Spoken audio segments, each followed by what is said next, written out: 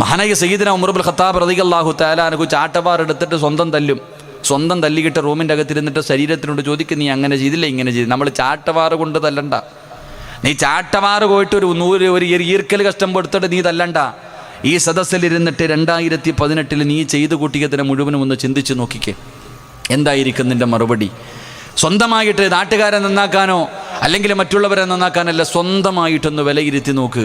എന്നിട്ട് നീ ജയിച്ചവനാണോ തോറ്റവനാണോ എന്ന് തീരുമാനിക്ക്. അള്ളാഹു നമുക്ക് ഭാഗ്യം നൽകി അനുഗ്രഹിക്കുമാറാകട്ടെ.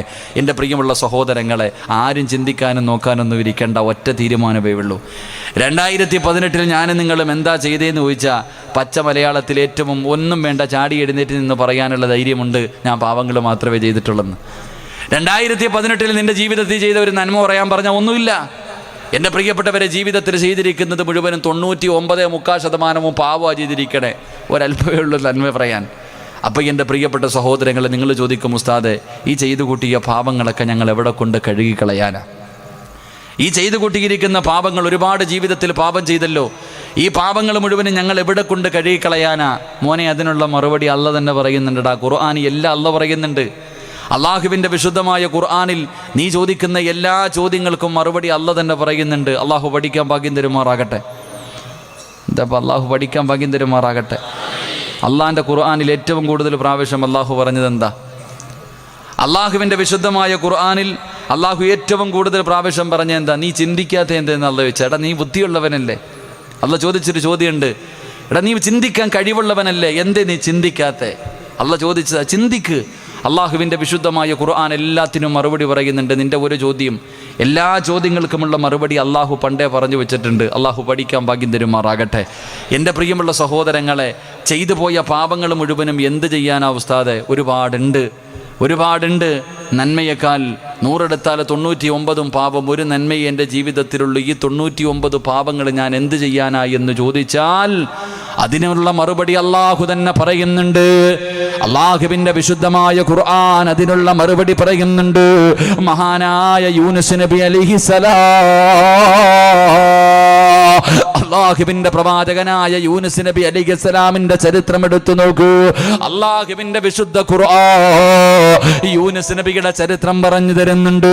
ഒരു കഥ പുസ്തകമല്ല അള്ളാഹുവിൻ്റെ ഖുർആൻ. അള്ളാഹുവേ, പിന്നെ എന്തിനാണ് പടച്ചവൻ ഈ കഥകൾ പറഞ്ഞതെന്നറിയുവോ? പ്രവാചകന്മാരുടെ യൂനുസ് നബി അലൈഹിസ്സലാം അവസാനം അള്ളാഹുവിൻ്റെ തീരുമാനമില്ലാതെ നാട് വിടുകയാ. എന്റെ പ്രിയമുള്ളവരെ, അള്ളാഹുവിന്റെ വിശുദ്ധമായ ഖുർആൻ പറയുന്നുണ്ട്. ആ ചരിത്രം അല്ലാഹുവിന്റെ ഖുർആൻ പറയുന്നുണ്ട്. മഹാനായ യൂനുസ് നബി അലൈഹിസ്സലാം അവിടെ നിന്ന് കപ്പലിൽ സഞ്ചരിക്കുകയാണ്. എന്തിനാ പേടിക്കുന്നത്? നീ എന്തിനാ ദുഃഖിക്കുന്നത്? മോനെ, ചെയ്തു പോയ പാവങ്ങൾ പടച്ച റബ്ബിന്റെ മുന്നിൽ നിനക്കൊന്ന് പറയാൻ കഴിയുമോ? ചെയ്തു പോയ പാവങ്ങൾ അല്ലാഹുവിന്റെ മുന്നിൽ ഒന്ന് ഏറ്റു പറയാൻ കഴിയുമോ? എടാ, എത്ര പാപം ചെയ്താലും നിനക്ക് അല്ലാഹു പുറത്തു തരും. നീ എത്ര കൊല ചെയ്തവനാകട്ടെ, എടാ 100 കൊല ചെയ്തവൻ അല്ലാഹു പുറത്തു കൊടുത്തല്ലോ. മക്കളെ കുടിച്ച് മൂടിയവൻ അല്ലാഹു പുറത്തു കൊടുത്തല്ലോ. എത്രയോ അപരാധികൾക്ക് അല്ലാഹു പുറത്തു കൊടുത്തു. അതുകൊണ്ട് മോനെ, അല്ലാഹു ഗഫൂറാണ്, അല്ലാഹു റഹീമാണ്. ചെയ്തു പോയ പാവങ്ങൾ അല്ലാഹുവിന്റെ മുന്നിൽ മനസ്സറിഞ്ഞുകൊണ്ട് പറയേണ്ട രീതിയിൽ നീ അല്ലാഹുവിന്റെ മുന്നിൽ ഏറ്റു പറഞ്ഞ അല്ലാഹു നിന്റെ ദുആ സ്വീകരിക്കുമെന്ന് നബി മുഹമ്മദ് മുസ്തഫ സല്ലല്ലാഹു അലൈഹി വസല്ലമ തങ്ങൾ പറയുന്നു. അസ്മാഉൽ ഹുസ്ന പറഞ്ഞിട്ട് റബ്ബിന്റെ ദർബാറിലേക്ക് ഇരു കരങ്ങൾ ഉയർത്തിയിട്ട് എഴുന്നേറ്റ് നിന്നിട്ട് അല്ലാഹ്, നീ എന്റെ യജമാനനാ തമ്പുരാന്, ഞാൻ നിന്റെ അടിമയാണ് തമ്പുരാന്, ഞാനൊരു സാധാരണ നിന്റെ അടിമയാണല്ലോ, നിന്റെ മുന്നിൽ യാചിക്കാമെന്നതാ. പൊറുക്കന്റെ പാപം സയ്യിദി വെറുക്കാതെ പൊറുക്കുന്നവനാരുണ്ട് നീയല്ലാതെ. ഇഹലോകാർഭാടങ്ങളെന്നെ വലച്ചതാ, നഫ്സെന്നെ ഉന്തി തള്ളിവിട്ടു ചതിച്ചതാ. അല്ലാതെ ധിക്കരിച്ചല്ല റബ്ബേ നിന്നെ, അതുകൊണ്ട് ആട്ടരുതിലാകെ എന്ന് അസ്മാഉൽ ഹുസ്ന പറഞ്ഞിട്ട് എഴുന്നേറ്റ് നിന്നിട്ട് പറയണമല്ലോ, നീ എന്റെ യജമാനനോ, ഞാൻ നിന്റെ അടിമയോ, ഞാൻ നിന്റെ അടിമയോ, നിന്റെ മുന്നിൽ യാചിക്കാമെന്നവനാണ് തമ്പുരാന്. പടച്ചവനെ, നിന്നെക്കാല് പൊറുക്കുന്ന ഒരാളും ഈ ലോകത്തില്ല അല്ലാ. നീ കാരുണ്യമാനോ, നീ ദയാലുവോ, നിന്റെ അടിമയുടെ കണ്ണ് നിറയുന്നത് നിനക്കിഷ്ടമല്ല തമ്പുരാന്. ജീവിതത്തിൽ ഒരുപാട് പാപങ്ങൾ ചെയ്തു, എല്ലാം എന്റെ ശരീരം എന്നെ പിഴപ്പിച്ചതാ തമ്പുരാന്, എന്നെ ശൈത്താൻ നശിപ്പിച്ചതാണ് തമ്പുരാന്. അറിഞ്ഞുകൊണ്ട് ചെയ്തതല്ലോ, വികാരം കൊണ്ട് ചെയ്തതല്ലോ, എല്ലാ പുറത്തു തരുടെയും അസ്മാഉൽ ഹുസ്ന പറഞ്ഞിട്ട് ചെയ്തു പോയ പാപങ്ങൾ മുഴുവനും ദുനിയാവിലെ ഈ സ്വർഗത്തിൽ കുടിച്ചു മൂടിയിട്ട് വേണം നമുക്ക് പിരിയാ. അല്ലാഹു അതിനുള്ള ഭാഗ്യം നൽകി അനുഗ്രഹിക്കുമാറാകട്ടെ. അല്ലാഹു അതിനുള്ള ഭാഗ്യം നൽകി അനുഗ്രഹിക്കുമാറാകട്ടെ. അതുകൊണ്ട് എന്റെ പ്രിയമുള്ള സഹോദരങ്ങളെ, ഇന്ന് തൗബയുടെ ദിവസമാണ്, ഇന്ന് ദുആഇന്റെ ദിവസമാണ്. ചെയ്തു പോയ പാപങ്ങൾ മുഴുവനും ഇവിടെ കഴുകിക്കളഞ്ഞാൽ അല്ലാഹു പുറത്തു തരുമെന്ന് അല്ലാഹു തന്നെ പറഞ്ഞിട്ടുണ്ട്. അല്ലാഹു പറഞ്ഞു, എന്റെ അടിമ എന്ത് പാപം ചെയ്താലും എന്നോട് ചോദിക്കാൻ പറ. നബിയോട് പറഞ്ഞു കൊടുത്തു. അവര് ചോദിക്കും അല്ല എവിടാണെന്ന്, നബിയോട് ചോദിക്കും അല്ല എവിടാണെന്ന് ചോദിക്കുമ്പോൾ പറയണം, വഇദാ സഅലക ഇബാദി അന്നി ഫഇന്നി ഖരീബ് ഉജീബു ദഅവത്തദ് ദാഇ ഇദാ ദഅാനി ഫല്യസ്തജീബു ലി. അല്ലാഹുവിന്റെ ഖുർആൻ പറയുന്നുണ്ട്. അവർ ചോദിക്കും, നബിയെ ഞാൻ വിളിച്ചാൽ എവിടെ ഇരിക്കുന്നു, അല്ലെങ്കിൽ അല്ല എവിടെ ഇരിക്കുന്നു, അവർ ചോദിക്കുമ്പോൾ പറഞ്ഞു കൊടുക്കണം, ഈ കണ്ണിന്റെ നരമ്പുണ്ടല്ലോ, ഈ കണ്ണിന്റെ നരമ്പ് അവനിലേക്ക് അടുത്തിരിക്കുന്നതിനേക്കാൾ ഞാൻ അടുത്തുണ്ട്, എന്നോട് ചോദിക്കാൻ പറ നബിയെ, ഞാൻ പുറത്തു കൊടുക്കാമെന്ന് അല്ലാഹു തന്നെ പറഞ്ഞിട്ടുണ്ട്. അതുകൊണ്ട് യൂനുസ് നബി കടലിന്റെ ഉള്ളറയിൽ കടന്ന് മീനിന്റെ വയറ്റിൽ കിടന്നിട്ട് ഒരൊറ്റ ദിക്റേ പറഞ്ഞുള്ളൂ, ലാ ഇലാഹ ഇല്ലാ അന്ത സുബ്ഹാനക ഇന്നി കുന്തു മിനൽ ളാലിമീൻ. ഈ ദിക്ർ പറഞ്ഞത് കൊണ്ടാ യൂനുസ് നബി മീനിന്റെ വയറ്റിൽ നിന്ന് കരയിലേക്ക് കയറിയത്. ഇല്ലെങ്കിൽ ഖിയാമത്ത് നാൾ വരെ അവിടെ കടക്കേണ്ടി വരുമായിരുന്നു എന്ന് നബി മുഹമ്മദ് മുസ്തഫ. ഉറക്കെ നബി മുഹമ്മദ് മുസ്തഫ, ഉറക്കെ നബി മുഹമ്മദ് മുസ്തഫ സ്വല്ലല്ലാഹു അലൈഹി വസല്ലം. അല്ലാഹു നമ്മുടെ ഈ സദസ്സ് കബൂലാക്കുമാറാകട്ടെ. അപ്പൊ ദുആ ചെയ്യണം. നമ്മളൊക്കെ ആണെങ്കിൽ ഒരുപാട് കാലം കൊണ്ട് ദുആ ചെയ്യുന്നുണ്ട്. വെറുതെ ദുആ ചെയ്ത് സ്വീകരിക്കൂല. എന്റെ പ്രിയമുള്ള സഹോദരങ്ങളെ, വെറുതെ അങ്ങോട്ട് നിന്നിട്ട് കളന്ന് എന്തെങ്കിലുമൊക്കെ കാണിച്ച അല്ലാഹു ദുആ സ്വീകരിക്കൂല. ദുആ ചോദിക്കേണ്ടതുപോലെ ചോദിക്കണം. ഒരു മനുഷ്യന്റെ ദുആ അല്ലാഹു സ്വീകരിക്കണമെങ്കിൽ 6 കാര്യങ്ങൾ നേരെയായാലേ അവന്റെ ദുആ അല്ലാഹു സ്വീകരിക്കൂ എന്ന് നബി മുഹമ്മദ് മുസ്തഫ. ചുമ്മാതെ തലകുത്തി കിടന്നിട്ട് നീ കഅബയുടെ കില്ല പിടിച്ചിട്ട് കരഞ്ഞിട്ടും കാര്യമൊന്നുമില്ല. ചോദിക്കേണ്ടതുപോലെ ചോദിക്കണം. 6 കാര്യങ്ങൾ സൂക്ഷിച്ചിട്ട് ദുആ ചെയ്താലേ നിന്റെ ദുആയ്ക്ക് ഇജാബത്തുള്ളൂ, അല്ലാഹു കേൾക്കത്തുള്ളൂ. ഇല്ലെങ്കിൽ അത് തള്ളപ്പെടും. അല്ലാഹു കാത്തിരക്ഷിക്കുമാറാകട്ടെ. അല്ലാഹു കാത്തിരക്ഷിക്കുമാറാകട്ടെ. അപ്പൊ ഇൻഷാ അല്ലാഹ് ദുആ ചെയ്യണം. എങ്ങനെ ഇൻഷാ അല്ലാഹ് ദുആ ചെയ്താൽ ഇന്നത്തെ സദസ്സിലെ ദുആ അല്ലാഹു സ്വീകരിക്കൂലേ? സ്വീകരിക്കൂലേപ്പാ? ഇതപ്പോ ഒരു പിണക്കം സ്വീകരിക്കൂ ഇല്ലേ? ഉറപ്പുള്ളവരൊക്കെ കൈപൊക്കി. ഇന്നത്തെ ദുആ അല്ലാഹു, നീ എന്തിനാ മോനെ നിക്കണേ, ഈ ചങ്ങാതി എന്തിനാ നിക്കണം, ഒരു കസേരയിട്ട് കൊടുപ്പാ, അപ്പുറകിരിക്കണ ഓ നിക്കണാണ് എനിക്ക് സങ്കടം, ഞാൻ നിന്നോളാം, നീരുന്നു പെട്ടെന്നിരുന്നു. ഇൻഷാ അല്ലാഹ് അല്ലാഹു സ്വീകരിക്കുമാറാകട്ടെ. കൈപൊക്കാൻ പറഞ്ഞപ്പം പലരും പൊക്കിയില്ല. പൊക്കാത്തവനെ ഇപ്പം ഞാൻ മറുപടി തരാം. എന്റെ പ്രിയമുള്ള സഹോദരങ്ങളെ, മഹാനായി നബി മുഹമ്മദ് മുസ്തഫ സ്വല്ലല്ലാഹു അലൈഹി വസല്ലമ തങ്ങൾ പറയുന്ന, നാളെ പടച്ച റബ്ബിന്റെ പരലോകത്തൊരു മനുഷ്യനെ കൊണ്ടുവരും. എന്നിട്ട് നോക്ക്, ബക്കറ്റ് പിരിവിന് എഴുതി തന്നിട്ടുണ്ട്, ഇപ്പോഴേ വേണോ അത്. നിങ്ങളൊക്കെ ഉണ്ടല്ലോ അൽഹംദുലില്ലാ. നിങ്ങള് ഹുബ്ബുർ റസൂൽ കഴിഞ്ഞ് പോയത് അവന് എന്താ കാണുന്നത്? ഇൻഷാ അല്ലാഹ് അല്ലാഹു സ്വീകരിക്കുമാറാകട്ടെ. അള്ളാഹുവിന്റെ മുന്നിൽ നാളെ പരലോകത്തൊരു മനുഷ്യനെ കൊണ്ടുവന്നു. ആ മനുഷ്യനെ കൊണ്ടുവന്ന സമയത്ത് അള്ളാഹു ആ മനുഷ്യന്റെ അമലുകളൊക്കെ നോക്കി, ഒന്നുമില്ല, പോരാന്ന് പറഞ്ഞ് നരകത്തിലോട്ട്. മഹാനായ അനസ് റളിയല്ലാഹു തആല അൻഹു പറയുന്നു, പ്രവാചകൻ സല്ലല്ലാഹു അലൈഹി വസല്ലം തങ്ങൾ പറയുന്ന, നാളെ പരലോകത്തൊരു മനുഷ്യനെ കൊണ്ടുവന്നു. ആ മനുഷ്യന്റെ ജീവിതത്തിൽ നന്മയെന്ന് പറയാൻ ഒന്നുമില്ല. ആ സമയത്ത് അല്ലാഹു സുബ്ഹാനഹു വ തആല പറഞ്ഞു, ഈ മനുഷ്യനെ നരകത്തിൽ കൊണ്ടുപോകാൻ. അങ്ങനെ മലക്കുകൾ ഈ മനുഷ്യനെ നരകത്തിലേക്ക് കൊണ്ടുപോകാൻ പറയുമ്പോൾ ആ മനുഷ്യനെ ഇങ്ങനെ നരകത്തിലേക്ക് വലിച്ചിടച്ചു കൊണ്ടുപോകുമ്പോ ഇവ അള്ളാനെ ഒന്ന് തിരിഞ്ഞു നോക്കി. അള്ളാഹുവിനെ ഇങ്ങനെ തിരിഞ്ഞു നോക്കിയിട്ട് ഇവനൊന്ന് കരഞ്ഞു. ആ സമയത്ത് അല്ലാഹു അല്ലാഹു സുബ്ഹാനഹു വ തആല അവനോട് ചോദിച്ചു അവിടെ നിന്ന് ചോദിച്ചു എന്തിനാടാ എന്നെ നോക്കുന്നേ, എന്തിനാ എന്നെ നോക്കി കരയുന്നേ?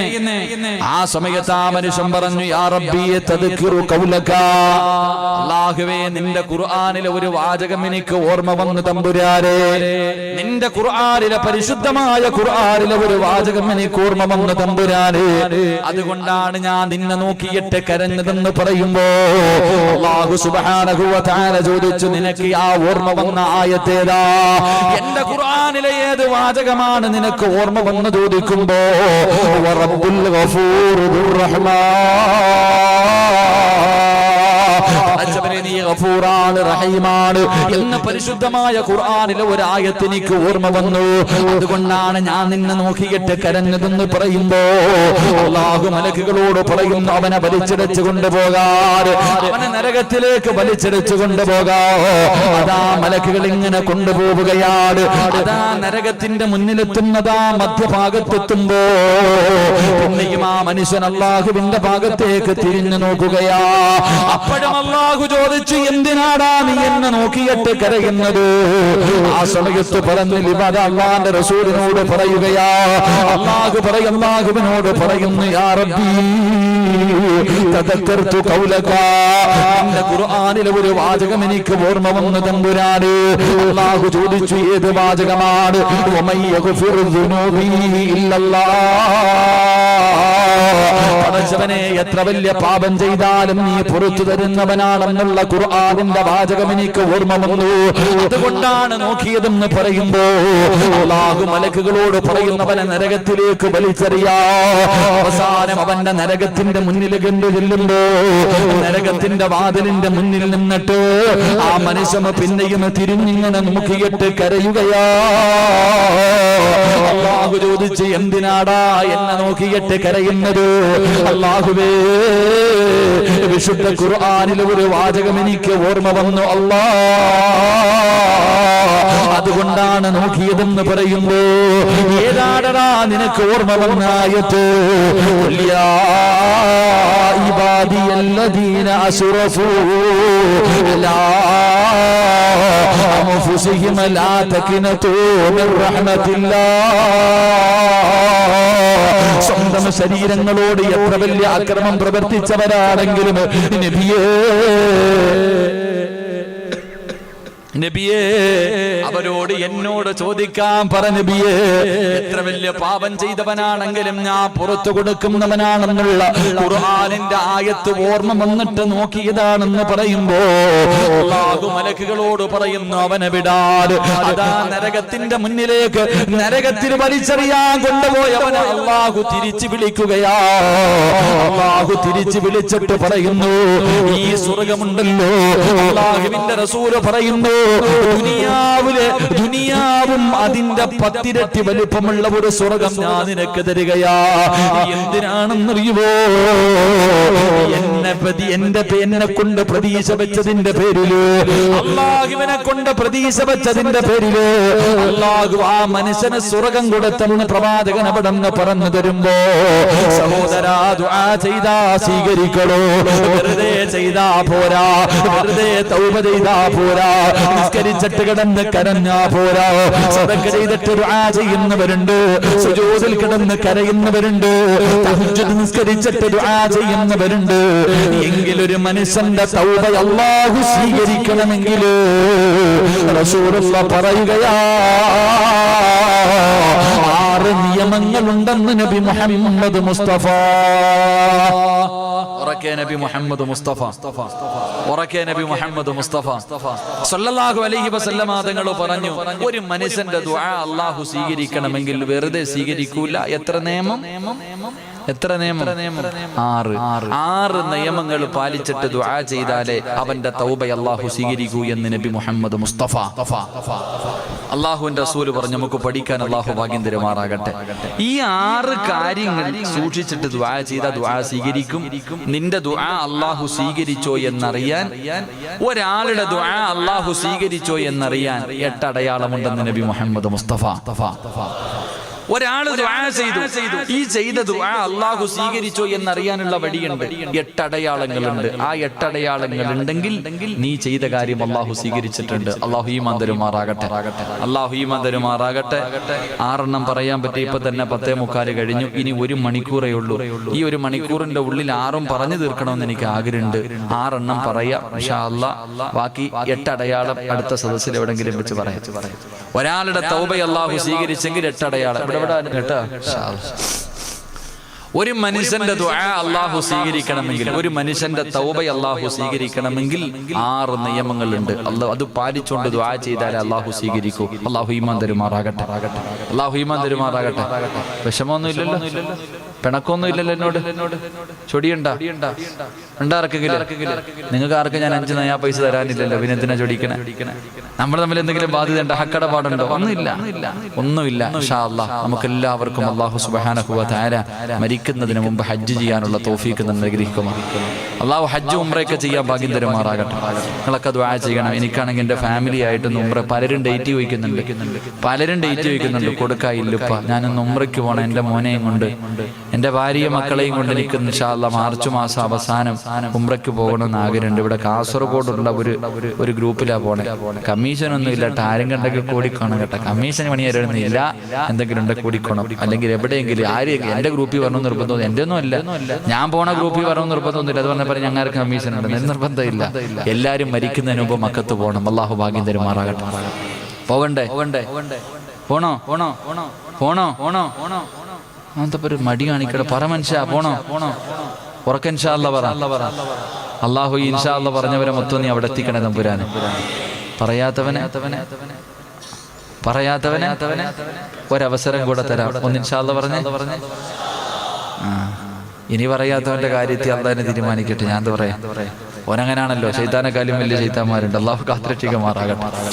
എന്റെ പ്രിയമുള്ള സഹോദരങ്ങളെ, അള്ളാഹുവിന്റെ പ്രവാചകൻ സല്ലല്ലാഹു അലൈഹി വസല്ലമ തങ്ങൾ പറയുകയാണ്, ഒരു മനുഷ്യന്റെ ദുആ അള്ളാഹു സ്വീകരിക്കണമെങ്കിൽ അള്ളാഹുവിന്റെ മുന്നിൽ കരങ്ങൾ ഉയർത്തിയിട്ട് പൊട്ടിക്കരഞ്ഞുകൊണ്ട് ദുആ ചെയ്യുന്നവരെ അള്ളാഹുവിന്റെ പ്രവാചകൻ സല്ലല്ലാഹു അലൈഹി വസല്ലമ തങ്ങൾ പറയുകയാണ്, ഒരു മനുഷ്യന്റെ തൗബ അള്ളാഹു സ്വീകരിക്കണമെങ്കിൽ ഒന്നാമത്തെ കണ്ടീഷൻ എന്തെന്നറിയുമോ?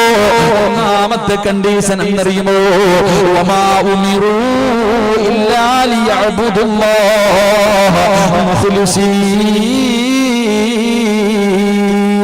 ദുആ എന്ന് പറഞ്ഞാൽ ഇബാദത്താ. അല്ലാഹുവിന്റെ പ്രവാചകൻ പെട്ടെന്ന് പറയുന്നുണ്ട്, ദുആ എന്ന് പറഞ്ഞാൽ ഇബാദത്താ. അതാ വമാ ഉമിറൂ ഇല്ലാ ലിയഅബ്ദുല്ലാഹ മുഖ്ലിസീൻ. ഒരു മനുഷ്യന്റെ തൗബ അല്ലാഹു സ്വീകരിക്കണമെങ്കിൽ, ഒരു മനുഷ്യന്റെ ദുആ അല്ലാഹു സ്വീകരിക്കണമെങ്കിൽ ഒന്നാമത്തെ കണ്ടീഷൻ എന്തെന്നറിയോ? അവന് ഇഖ്ലാസ് ഉണ്ടാകണമെന്ന് നബി മുഹമ്മദ് മുസ്തഫ അല്ലാഹുവിന്റെ വിശുദ്ധമായ ഖുർആൻ പറയുകയാ. ഒന്നാമത്തെ നിയമം എന്തെന്നറിയുമോ? ഇഖ്ലാസോടുകൂടി ദുആ ചെയ്താലേ അല്ലാഹു സ്വീകരിക്കൂ. എന്റെ പ്രിയമുള്ളവരെ, അല്ലാതെ എത്ര കടന്ന് വിളിച്ച് കരഞ്ഞിട്ടും കൂവിയിട്ടും കാര്യമില്ല. എന്റെ പ്രിയപ്പെട്ടവരെ, സുജൂദിൽ കിടന്ന് കരഞ്ഞിട്ട് കാര്യമില്ല. ഇഖ്ലാസോടുകൂടി ദുആ ചെയ്താലേ സ്വീകരിക്കൂ. ദുആ ചെയ്യുന്നതിന് ചില മര്യാദകളുണ്ട്. മഹാനായ പ്രവാചകൻ സല്ലല്ലാഹു അലൈഹി വസല്ലമ തങ്ങൾ പറയുകയാ, റസൂലുള്ളാഹി പറയുന്ന സ്വഹാബ,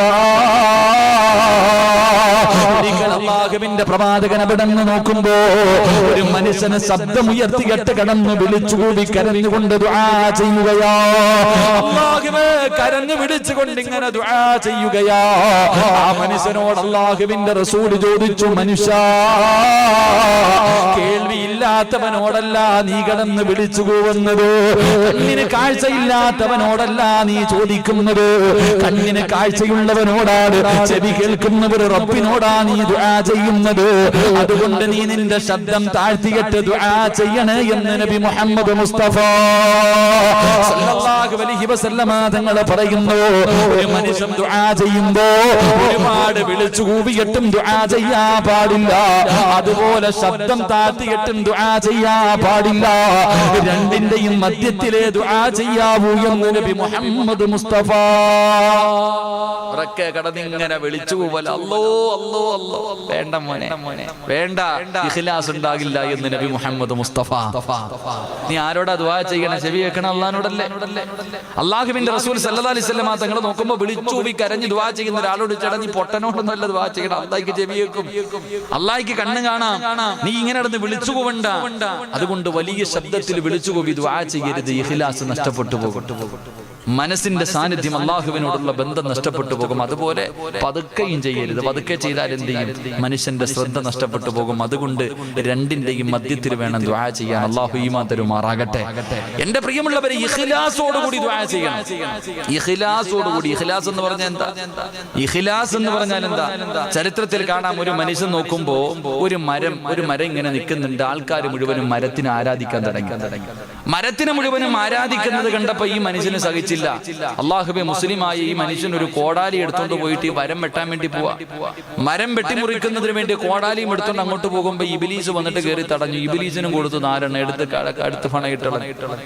ഇബ്ലീസ് മരം മുറിക്കാതിരിക്കാൻ വേണ്ടി തടഞ്ഞപ്പോ ഇബ്ലീസിനെ തല്ലി. ആര് തോറ്റു? ഇബ്ലീസ് തോറ്റുപോയി. ഇബ്ലീസ് തോറ്റു. ആ മനുഷ്യൻ തിരിച്ചു വന്നു. രണ്ടാമതും മരം മുറിക്കാൻ പോയി. അപ്പോഴും ഇബ്ലീസ് കയറി തടഞ്ഞു. ഇബ്ലീസിനെ എടുത്ത് തറയിലടിച്ചു. രണ്ടാമത് ഇബ്ലീസ് തോറ്റു. മൂന്നാമതും മരം മുറിക്കാൻ പോയി. അപ്പോഴും ഇബ്ലീസ് തടഞ്ഞു. ഇബ്ലീസിനെ എടുത്ത് തറയിലടിച്ചു. 3 പ്രാവശ്യം ഇബ്ലീസ് തോറ്റുപോയി.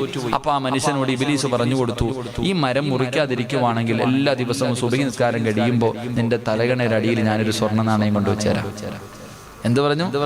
ഈ മരം മുറിക്കാതിരുന്നാൽ എല്ലാ ദിവസവും ഞാൻ നിനക്ക് രാവിലെ ഒരു സ്വർണ്ണ നാണയം തരും. മനുഷ്യൻ സമ്മതിച്ചു. വീട്ടിലേക്ക് കടന്നു വന്നു. പിറ്റേ ദിവസം രാവിലെ എഴുന്നേറ്റപ്പോൾ ഒരു സ്വർണ്ണ നാണയം കിട്ടി.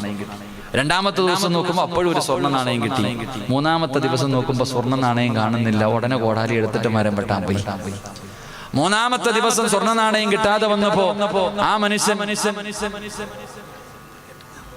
ആ മനുഷ്യൻ കോടാലിയും എടുത്തുകൊണ്ട് മരം വെട്ടാൻ പോയി. ഉടനെ ശൈത്താൻ ഇങ്ങോട്ട് വന്നു.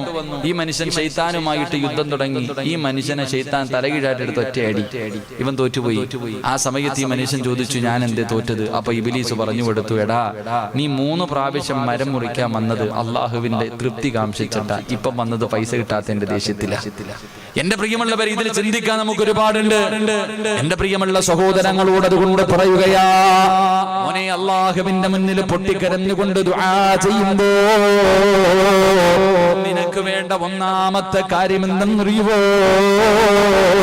ഇഖ്ലാസാണ് മോനെ. ഇഖ്ലാസോടുകൂടി ആത്മാർത്ഥമായിട്ട് പടച്ച റബ്ബിന്റെ മുന്നിൽ ചെയ്തു പോയ പാപങ്ങൾ മുഴുവനും അംഗീകരിച്ചിട്ട്, അല്ലാഹുവേ, ഞാൻ പാപം ചെയ്തു തമ്പുരാന്, അതാ സർവ്വതും നീ ഏറ്റു പറഞ്ഞിട്ട് വേണം ദുആ ചെയ്യാൻ. അങ്ങനെ ദുആ ചെയ്താലേ അല്ലാഹു നിന്റെ ദുആ സ്വീകരിക്കൂ. അങ്ങനെ ദുആ ചെയ്തപ്പോഴാണ് 313 സ്വഹാബത്ത് ബദറിന്റെ രണാങ്കണത്തിലേക്ക് കടന്നു ചെന്നിട്ട് ആയിരക്കണക്കിന് വരുന്ന ശത്രുക്കളെ തകർത്ത് തരിപ്പണമാക്കിയത്. ഒരു പിടിച്ച വാളുമായി, ഒടിഞ്ഞ വാളുമായി, അതാ വയറിന്റെ കത്തൊന്നുമില്ലാതെ പട്ടിണിയോടുകൂടി 313 ബദരീകളായ സ്വഹാബത്തുണ്ടല്ലോ. അതാ ബദറിന്റെ രണാങ്കണത്തിലേക്ക് കടന്നു ചെന്നപ്പോ അല്ലാഹുവേ, ആകാശ ലോകത്തു നിന്ന് മലക്കുകൾ അല്ലാഹു ഇറക്കിയിട്ടവരെ സഹായിച്ചത് അവർക്ക് ഇഖ്ലാസ് ഉള്ളത് കൊണ്ടായിരുന്നു. മഹാനായ അലിയാർ തങ്ങൾ പറയുന്നുണ്ട്, അല്ലാഹുവിന്റെ പ്രവാചകനെ സുജൂദിൽ കിടന്നിട്ട് കരഞ്ഞുകൊണ്ട് ദുആ ചെയ്യുകയോ, അല്ലാഹുവേ, ഇന്ന് കൈയൊടിഞ്ഞ സർവ്വതും പോയി തമ്പുരാന്, ഈ 313 സ്വഹാബാക്കൾ എന്നെങ്ങാണം പരാജയപ്പെട്ടു പോയാ നിന്റെ ദീനീ ലോകത്തിന്റെ തമ്പുരാന്. അല്ലാഹുവിന്റെ പ്രവാചകൻ അവിടെ നിന്ന് കരഞ്ഞുകൊണ്ട് ദുആ ചെയ്യുകയോ, അവരുടെ ഇഖ്ലാസോടുകൂടിയുള്ള ദുആ കൊണ്ടാണ് റബ്ബ് അവരുടെ അതാ അവിടെ നിന്ന് വിജയം കൊടുത്തതെന്ന് ചരിത്രം പറയുമ്പോ, എന്റെ പ്രിയപ്പെട്ട ചെറുപ്പക്കാരാ, 60 വയസ്സുള്ള അംർ ഇബ്നുൽ ജമൂഹ് എന്ന് പറയുന്ന ഒരു പാവപ്പെട്ട സ്വഹാബിയുണ്ട്. അംർ ഇബ്നുൽ ജമൂഹ് റളിയല്ലാഹു തആല അൻഹു മുടന്തുള്ളതാ, ഒരു കാലിൽ മുടന്താണ്. 60 വയസ്സ് പ്രായമായി. അതാ തന്റെ പ്രിയപ്പെട്ട മക്കളോട് പറയുന്നു, എനിക്ക് യുദ്ധത്തിന് പോകണം, എനിക്ക് യുദ്ധത്തിന് പോയിട്ട് ശഹീദാകണം. അല്ലാഹുവേ, അംർ ഇബ്നുൽ ജമൂഹ് റളിയല്ലാഹു തആല അൻഹു പറയുമ്പോ 60 വയസ്സുള്ള വാപ്പയാണ് പറയുന്നത്, എനിക്ക് യുദ്ധക്കളത്തിലേക്ക് കടന്നുപോയി ശഹീദാകണം. മക്കള് പറഞ്ഞു, വാപ്പാ, നിങ്ങൾക്ക് കാലിന് മുടന്തുണ്ടല്ലോ, നിങ്ങളുടെ കാലിന് മുടന്തുണ്ടല്ലോ, അതുകൊണ്ട് നിങ്ങൾ യുദ്ധത്തിന് പോകണമെന്നില്ല. മക്കള് വാപ്പയ്ക്ക് സമ്മതം കൊടുക്കാതെ വന്നപ്പോ ഇതാ ഹദ്റത്ത് റസൂലുള്ളാഹ് അല്ലാഹുവിന്റെ പ്രവാചകന്റെ മുന്നിലേക്ക് കടന്നു ചെല്ലുകയാ. യാ റസൂലല്ലാഹ്, അല്ലാഹുവിന്റെ നബിയേ, എന്റെ കാലിൽ മുടന്തുള്ളതിന്റെ പേരില് എന്റെ മക്കളെന്ന യുദ്ധത്തിന് പോകാൻ അനുവദിക്കുന്നില്ല നബിയേ. അതുകൊണ്ട് എനിക്ക് യുദ്ധത്തിൽ പോകാൻ അവസരം തരണം. 60 വയസ്സുള്ള വാപ്പാ, നേരെ ചൊവ്വ നടക്കാൻ കഴിയാത്ത വാപ്പാ, അല്ലാഹുവിന്റെ പ്രവാചകന്റെ ചാരത്ത് നിന്നിട്ട് അനുവാദത്തിന് വേണ്ടി കിടന്ന് യാചിക്കുകയാ.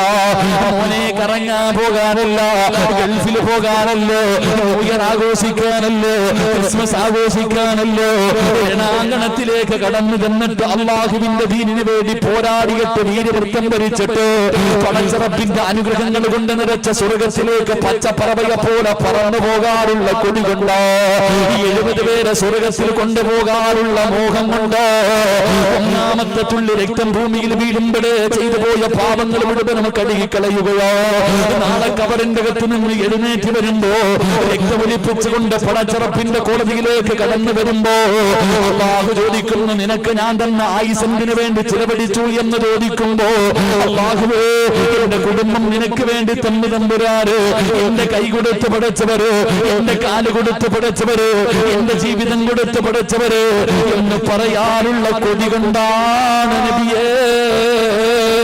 അവസാനം അല്ലാഹുവിന്റെ പ്രവാചകന്റെ മുന്നിൽ നിന്ന് ചോദിക്കുമ്പോ റസൂലുള്ളാഹി അനുവാദം കൊടുക്കുകയാ. യുദ്ധത്തിന് കടന്നു പോകാൻ 60 വയസ്സുള്ള അംർ ഇബ്നു ജമൂഹ് റളിയല്ലാഹു തആല അൻഹു അല്ലാഹുവിന്റെ പ്രവാചകൻ അവിടെ അനുവാദം കൊടുക്കുകയാ. യുദ്ധക്കളത്തിലേക്ക് ഇറങ്ങിച്ചെന്നു, യുദ്ധക്കളത്തിലേക്ക് ഇറങ്ങിച്ചെന്നു. ഉഹദിന്റെ രണാങ്കണത്തിൽ നിന്നിട്ട് 60 വയസ്സുള്ള വാപ്പ ഒരേ ഒരു പ്രാവശ്യം തന്റെ ഇരുകരങ്ങൾ ഉയർത്തുകയാ. അല്ലാഹുവിന്റെ ദർബാറിലേക്ക് തന്റെ ഇരുകരങ്ങൾ ഉയർത്തിയിട്ട് 60 വയസ്സുള്ള അംർ ഇബ്നു ജമൂഹ് റളിയല്ലാഹു തആല അൻഹു അല്ലാഹുവിനോട് ദുആ ചെയ്തതെന്തെന്നറിയുമോ? അല്ലാഹുമ്മ ർസുഖ്നി ശഹാദ, അല്ലാഹുവേ, എനിക്ക് ഇവിടെ കിടന്ന് മരിക്കണമല്ല, എന്നെ വീട്ടിലേക്ക് മടക്കല്ലേ അല്ല, എന്നെ വീട്ടിലേക്ക് മടക്കല്ലേ അല്ല, എന്റെ മയ്യത്ത് വേണം ഇവിടുന്ന് കൊണ്ടിറങ്ങാ. എന്നെ ഇനി ആരുടെ മണ്ണിന്റെ അകത്താണ് കൊണ്ടുവെക്കേണ്ടത്? ഒരേ ഒരു വാക്കേ പറഞ്ഞുള്ളൂ, ഇഖ്ലാസോടുകൂടി അല്ലാഹുവിനോട് ആത്മാർത്ഥമായിട്ട് ആരണാങ്കണത്തിൽ നിന്നിട്ട് ഒരേ ഒരു വാക്ക് പറഞ്ഞു, അല്ലാഹുമ്മ ർസുഖ്നി ശഹാദ,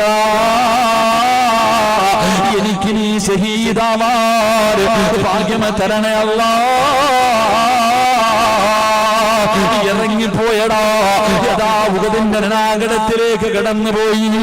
അവിടുത്തെ ജനാസയാ കൊണ്ടുവന്നത്. എന്റെ മോനെ, ഇഖ്ലാസോടുകൂടിയുള്ള ഒരു വാക്ക് മതിയടോ.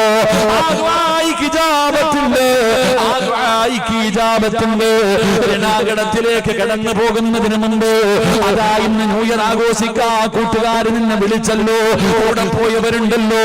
എന്റെ ചെറുപ്പക്കാരാ, കൂട്ടുകാരെന്നറിയുവോ? എല്ലാ സ്വർഗത്തിൽ കൊണ്ടുപോകുന്ന കൂട്ടുകാരാണ് വേണ്ടത്. ചിലപ്പോൾ ഈ പാട് കിടന്നിട്ട് കറങ്ങാൻ പോകാൻ തീരുമാനിച്ചവരുണ്ട്.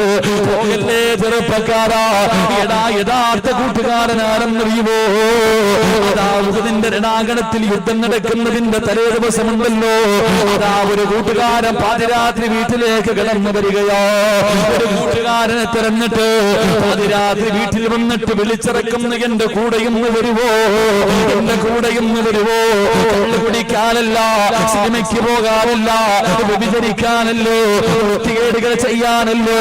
പാതിരാത്രി തന്റെ കൂട്ടുകാരനെ വിളിച്ചിറക്കിയിട്ട് പറയുന്ന ഉദവെടുക്കോ. അവിടെ നിന്ന് ഉദവെടുത്തു. എന്നിട്ട് രണ്ടുപേരും കൂടെ 2 റക്അത്ത് നിസ്കരിക്കുകയോ.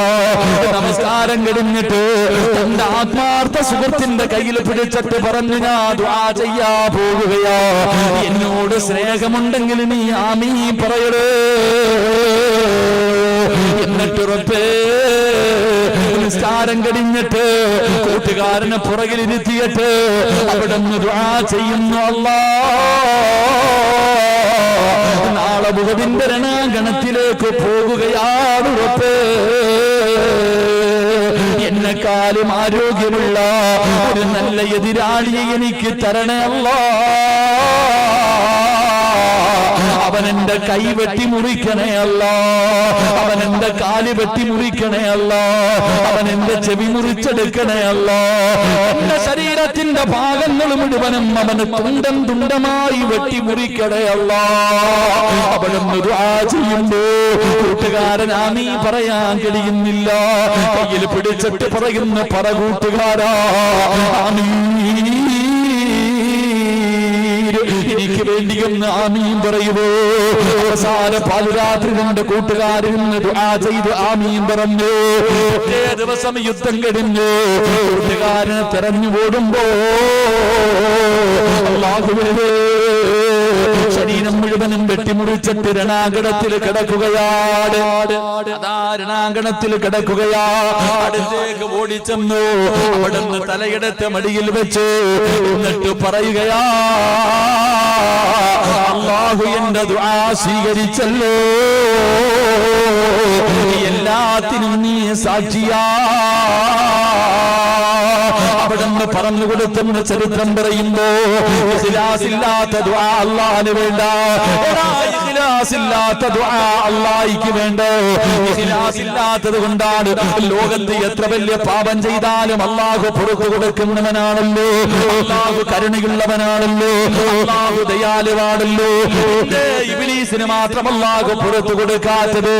എത്ര വലിയ പാപം ചെയ്താലും അല്ലാഹു പുറത്തു തരുമെന്ന് ഖുർആൻ പറയുന്നു. ഇബ്ലീസിന് അല്ലാഹു പുറത്തു കൊടുക്കാത്തതിന്റെ കാരണം എന്താ? മോനെ, ഇബ്ലീസ് തെറ്റ് ചെയ്തെന്ന് ഇന്ന് വരെ അംഗീകരിച്ചിട്ടില്ല.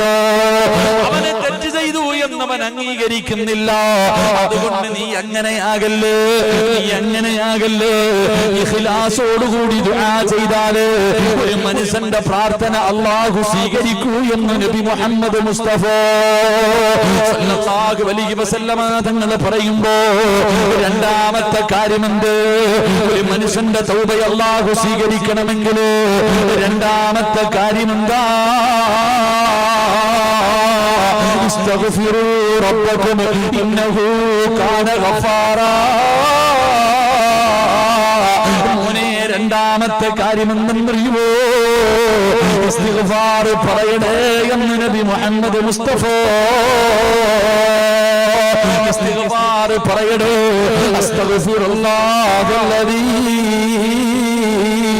ഇതൊരു തൗബയാണെന്ന് നബി മുഹമ്മദ് മുസ്തഫ. ഉറക്കെ നബി മുഹമ്മദ് മുസ്തഫ. ഒരു മനുഷ്യന്റെ തൗബ അല്ലാഹു സ്വീകരിക്കണമെങ്കിൽ ഒന്ന് ഇഖ്ലാസോടുകൂടി ദുആ ചെയ്യണം. നമുക്കില്ലാത്തത് തന്നെ. എടാ, എത്ര പാപം ചെയ്താലും അല്ലാഹ് പുറത്തിരുന്ന് അല്ലാഹ് എന്നെ പറഞ്ഞു. ശൈത്താൻ എന്റെ പുറത്ത് കൊടുക്കാത്ത, ശൈത്താന് മാത്രം എന്റെ പുറത്ത് കൊടുക്കാത്ത. അവൻ തെറ്റ് ചെയ്തെന്ന് അംഗീകരിക്കണില്ല. അതുകൊണ്ട് അവൻ തെറ്റ് ചെയ്തെന്ന് ഇന്ന് വരെ അംഗീകരിച്ചിട്ടില്ല. അതുകൊണ്ട് അല്ലാഹ് അവനെ പുറത്തു കൊടുക്കാത്ത. എന്റെ പ്രിയപ്പെട്ടവരെ, ഇഖ്ലാസ് ഉണ്ടാകണം. രണ്ട്, അസ്തഗ്ഫിറുല്ലാ. അസ്തഗ്ഫിറുല്ലാ എന്ന് പറയുന്നത് ഒരു തൗബയാണെന്ന് നബി മുഹമ്മദ് മുസ്തഫ. നബി മുഹമ്മദ് മുസ്തഫ. പക്ഷെ നമ്മുടെ അസ്തഗ്ഫിറുല്ലാ എന്താ? അസ്തഗ്ഫിറുല്ലാ, അസ്തഗ്ഫിറുല്ലാ, അസ്തഗ്ഫിറുല്ലാ, അസ്തഗ്ഫിറുല്ലാ. ഇങ്ങനെ അടിയാ. എങ്ങനെ നിനക്കത് കളിയായി പോയില്ലേ? അസ്തഗ്ഫിറുല്ലാ എന്ന് പറഞ്ഞാൽ അതൊരു തൗബയാ. മഹാനായ ഇമാം ഗസ്സാലി റഹ്മഹുല്ലാഹ് റളിയല്ലാഹു തആല അൻഹു മഹാനവറുകൾ ഇങ്ങനെ പ്രസംഗം നടത്താം. അസ്തഗ്ഫിറുല്ലയെ കുറിച്ച് ഇങ്ങനെ പ്രസംഗം നടത്തിക്കൊണ്ടിരിക്കുമ്പോൾ അവിടെ നിന്ന് പറഞ്ഞു, ഏതെങ്കിലും ഒരു മനുഷ്യൻ മനസ്സറിഞ്ഞിട്ട് തൗബ ചെയ്യുന്ന മനസ്സോടുകൂടി അസ്തഗ്ഫിറുല്ലാ എന്ന് പറഞ്ഞാൽ അവന്റെ ജീവിതത്തിൽ ചെയ്ത എല്ലാ പാപവും അല്ലാഹു പുറത്തു കൊടുക്കും. ഇങ്ങനെ പ്രസംഗിച്ചുകൊണ്ടിരിക്കുമ്പോൾ ആ നാട്ടിലെ ഏറ്റവും വൃത്തികെട്ടവൻ വാഴ കേൾക്കാൻ കയറി വരിക. ആ നാട്ടിലെ ഏറ്റവും വൃത്തികെട്ടവന് വാഴ കേൾക്കാൻ വേണ്ടി കയറി വരിക. അള്ളാഹു എല്ലാരും ഒന്ന് നോക്കി, പടച്ചവന് ഇവനും വന്ന വാഴ കേൾക്കാൻ. ഇവനും വന്ന നമ്മുടെ റമദാൻ മാസത്തിൽ പള്ളി കയറുമ്പോൾ ചോദിക്കുമല്ലോ, അല്ല ഇവനും പള്ളിക്കകത്ത് കയറി എത്ര നാളത്തേക്കടാ? ലോകാവസാനത്തിന്റെ അടയാളം ഒന്ന് നമ്മൾ കരുതണം. അപ്പൊ ഇവൻ വാഴ കേൾക്കാൻ വന്നപ്പോ എല്ലാവരും ഇവനെ ഇങ്ങനെ നോക്കുന്നുണ്ട്. വന്ന് പുറകിൽ ഇങ്ങനെ മിണ്ടാതെ ഇരുന്നു. അപ്പോഴാണ് മഹാനവറുകൾ പറഞ്ഞു, ഒരു മനുഷ്യൻ അസ്തഗ്ഫിറുല്ലാ എന്ന് പറഞ്ഞാൽ അവന്റെ പാവങ്ങൾ മുഴുവനും അള്ളാഹു പുറത്തു കൊടുക്കും. ഈ മനുഷ്യൻ എഴുന്നേറ്റ് എന്നിട്ട് ചോദിച്ചു, എന്റെ പാവം അല്ലാഹ് പുറത്തു തരുവോ? കാരണം എന്തേ? ആ നാട്ടിലെ ഏറ്റവും വൃത്തികെട്ടവനാ. അവൻ എഴുന്നേറ്റ് ചോദിച്ചു, അല്ല എന്റെ പാവം പുറത്തു. എടാ, നീ അല്ലടാ, നിന്നെ പോലെ 100 എണ്ണത്തിന് അല്ലാഹ് പുറത്തു കൊടുക്കും. നീ അല്ല, നിന്നെ പോലെ 100 എണ്ണത്തിന് അല്ലാഹ് പുറത്തു കൊടുക്കും. ഈ മനുഷ്യനാണെങ്കിൽ കുനിഞ്ഞങ്ങോട്ടിരുന്നു. ഇത് പറഞ്ഞപ്പോ ഇങ്ങനെ ഇരിക്കാൻ തുടങ്ങി. അള്ളാഹു ഇങ്ങനെ ഇരുന്ന് മുഖം താഴ്ത്തി വെച്ചിട്ട് കരയാൻ തുടങ്ങി. എന്നിട്ട് ഈ മനുഷ്യൻ പറഞ്ഞു, അള്ളാഹുവേ, എനിക്ക് എങ്ങനെയാ ദുആ ചെയ്യേണ്ടതെന്ന് പോലും അറിയത്തില്ല. എനിക്ക് എങ്ങനെയാണ് ചെയ്തു പോയ പാപങ്ങൾ നിന്റെ മുന്നിൽ ഏറ്റു പറയേണ്ടതെന്ന് പോലും എനിക്കറിയില്ല. അല്ലാഹ്, ഈ മനുഷ്യൻ പറയുന്നു, അസ്തഗ്ഫിറുല്ലാഹ് പറഞ്ഞ പാപം പൊറുക്കും. അല്ലാഹുവേ എന്റെ പാപം മുഴുവനും നീ പുറത്തു തരണേ. അസ്തഗ്ഫിറുല്ലാഹൽ അലീം ഒറ്റ പ്രാവശ്യം പറഞ്ഞുള്ളൂ. ഒരേ ഒരു പ്രാവശ്യം മനസ്സറിഞ്ഞിട്ട് പറഞ്ഞു അസ്തഗ്ഫിറുല്ലാഹൽ അലീം. എന്നിട്ട് ഈ മനുഷ്യൻ പറഞ്ഞു, അല്ലാഹുവേ എന്റെ തൗബ അല്ലാഹു സ്വീകരിച്ചെങ്കിൽ എനിക്ക് 3 അടയാളം കാണിച്ചു തരണം. എന്താ പറഞ്ഞേ? അപ്പൊ തന്നെ പറഞ്ഞു, നീ എന്റെ ദുആ നീ സ്വീകരിച്ചെങ്കിൽ എന്റെ പാപം നീ പുറത്തേക്ക് എനിക്ക് 3 അടയാളം കാണിച്ചു തരണം. 1, നാളെ മുതൽ തിന്നാനുള്ള ഭക്ഷണം നീ തന്നെ തരണം. എന്താ പറഞ്ഞേ? എനിക്ക് ജോലിക്കുവാനൊന്നും വയ്യ. ഇത് 3 അടയാളം കാണിച്ചു തരണം. ഒന്നാമത്തെ അടയാളം എന്താ? എനിക്ക് ഭക്ഷണമൊക്കെ നീ തരണം. നാളെ മുതലുള്ള ഭക്ഷണം നീ എനിക്ക് തരണം. ഞാൻ ജോലിക്കൊന്നും പോകത്തില്ല. 1. 2, എനിക്ക് ഇൽമു പഠിക്കാനുള്ള ആഗ്രഹം തരണം. എനിക്ക് ഇൽമു നീ തരണം. നിന്റെ ഇൽമു നീ എനിക്ക് തരണം. 2, 3 ഏറ്റവും മനോഹരമായ ശബ്ദം നീ എനിക്ക് തരണം. ഒരു അസ്തഗ്ഫിറുല്ലാഹ് പറഞ്ഞു. എന്നിട്ട് ഈ മനുഷ്യൻ ആരും അറിയാതെ കുനിഞ്ഞിരുന്നിട്ട് അള്ളാഹിനോട് സംസാരിക്കുക. അല്ലാ, 1 നീ എനിക്ക് ഇൽമു പഠിക്കാനുള്ള ആഗ്രഹം തരണം. 2 എനിക്ക് ഭക്ഷണമൊക്കെ ഉണ്ടാക്കാനും ചില ജോലിക്ക് പോകാനൊന്നും സമയമില്ല. എനിക്ക് ഇൽമു പഠിക്കാൻ പോകണം. അതുകൊണ്ട് ഭക്ഷണം നീ തന്നെ തരണം. 3 അല്ലാഹുവേ ഏറ്റവും മനോഹരമായ ശബ്ദം. ഇത് പറഞ്ഞു കഴിഞ്ഞ് എല്ലാവരും പ്രസംഗം കഴിഞ്ഞ് ഇറങ്ങി പോകുമ്പോ ഈ മനുഷ്യൻ നേരെ എഴുന്നേറ്റ് പോയിട്ട് ഇമാം ഗസ്സാലി റളിയല്ലാഹു തആല അൻഹുവിനോട് പറഞ്ഞു, എനിക്ക് ഇൽമു പഠിപ്പിച്ചു തരാൻ. നിങ്ങൾ ആർക്കും ഒരൊറ്റ അസ്തഗ്ഫിറുല്ലാഹ്. നാട്ടിലെ ഏറ്റവും വൃത്തികെട്ടവൻ അവൻ തന്നെ പറഞ്ഞു അടയാളം കാണിച്ചു തരണം. അല്ലാഹ് കാണിച്ചു കൊടുത്തു. എല്ലാവരും എഴുന്നേറ്റ് പോകുമ്പോൾ ഉസ്താദിന്റെ കൈ പിടിച്ചിട്ട് പറഞ്ഞു, എനിക്ക് ഇൽമു പഠിപ്പിച്ചു തരാൻ. എന്റെ പ്രിയമുള്ളവരെ, ചരിത്രം പറയുന്നു, എല്ലാ ദിവസവും രാവിലെ ആ മനുഷ്യന്റെ വീടിന്റെ മുന്നിൽ ഭക്ഷണം അല്ലാഹു കൊണ്ടുകൊടുക്കും. 3 ഏറ്റവും മനോഹരമായ ശബ്ദം.